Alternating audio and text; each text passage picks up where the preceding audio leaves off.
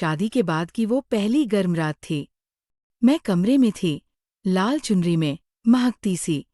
सामने वो था, उसके हाथ में एक चमचमाती रिंग और एक पुराना डब्बा, तेल से भरा। क्या करोगे इस तेल का? मैंने शर्माते हुए पूछा। उसने मुस्कुराकर कहा, तेल बहुत काम आएगा आज। लंबी सवारी है और घोड़ा कभी बिना घास के नहीं रुकता। मैं कुछ समझ पाती उससे पहले। उसने मेरी उंगलियां थामी, धीरे धीरे पीठ तक पहुंचा, फिर मेरी जांघों के पास रुक गया। ये घोड़ा बहुत भूखा है, वो बोला।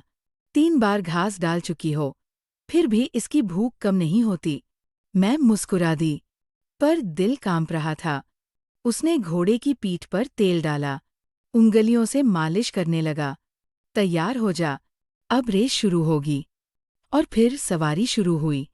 कभी वो मुझे घोड़े पर बैठा देता, कभी खुद नीचे लेट जाता, जैसे कह रहा हो, अब तेरी बारी।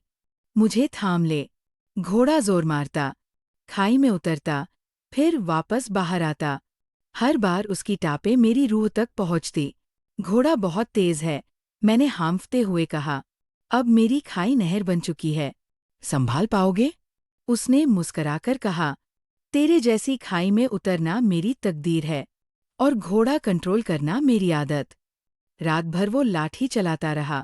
तेल खत्म हुआ, फिर भी उसका हौसला नहीं। कभी उसने मौसमी का जूस पिलाया, तो कभी मेरी हथेलियों को चूमते हुए कहा, इस खाई की मिठास मुझे पागल कर देती है। धीरे धीरे पूरी रात बीत गई। कमरा पसीने, तेल और जूस की खुशबू से भीग गया।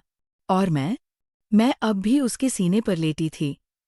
सुन रही थी उसके दिल की वो धड़कन जो हर सवारी के बाद और तेज हो जाती थी। सुबह होते होते मैंने उससे पूछा, अब घोड़ा थक गया होगा ना? उसने आंखें बंद करते हुए कहा, घोड़ा तो कभी थकता ही नहीं। तू खाई है, और जब तक पानी बहता है, घोड़ा हर रात आता रहेगा। और वो चला गया।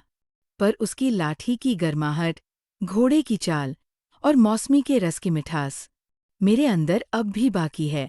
कभी कभी खिड़की से बाहर देखती हूँ तो लगता है घोड़े की टापें अब भी मेरे आंगन में गूंज रही हैं।